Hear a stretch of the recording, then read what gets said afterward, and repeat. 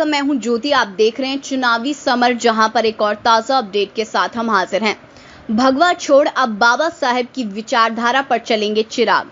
मोदी से धोखा खाए चिराग पासवान करेंगे एनडीए के कुशासन का अंत। जी हां, बिहार की सियासत के लिहाज से बीते दिनों दो बड़ी घटनाएं घटी। एक तो ये कि प्रधानमंत्री नरेंद्र मोदी ने केंद्रीय मंत्री और लोक जनशक्ति पार्टी के नेता पशुपति कुमार पारस को जन्मदिन की शुभकामनाएं दी और उनके दीर्घायु व स्वस्थ जीवन की कामना की। और दूसरा ये कि चिराग पासवान और राजद के दलित नेता श्याम रजक की मुलाकात हुई। माना जा रहा है कि बिहार की राजनीति में ये दोनों ही घटनाएं एनडीए के लिए नुकसानदायक साबित हो सकती हैं। दरअसल राजनीतिक जानकारों का ये मानना है कि संकेतों में ही सही, लेकिन मोदी ने पशुपति कुमार पारस को रामविलास पासवान का राजनीतिक उत्तराधिकारी मान लिया है। वहीं चिराग पासवान का भी भाजपा से मोहभंग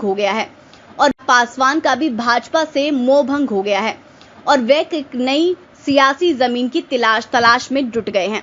राजनीति के जानकार मानते हैं कि श्याम रजक और चिराग पासवान के बीच दिल्ली में मुलाकात के सियासी मायने इस बात से समझे जा सकते हैं कि श्याम रजक ने साफ तौर पर यह कहा है कि उनका चिराग के परिवार से निजी ताल्लुक है।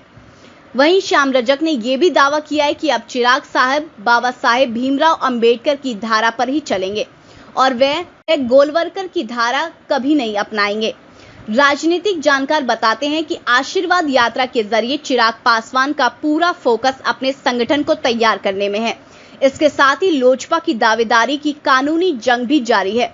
वहीं भाजपा नेताओं से अधिक भाव नहीं मिलने की सूरत में चिराग पासवान ने राजद नेता तेजस्वी यादव से संपर्क और संवाद तेज कर दिया है।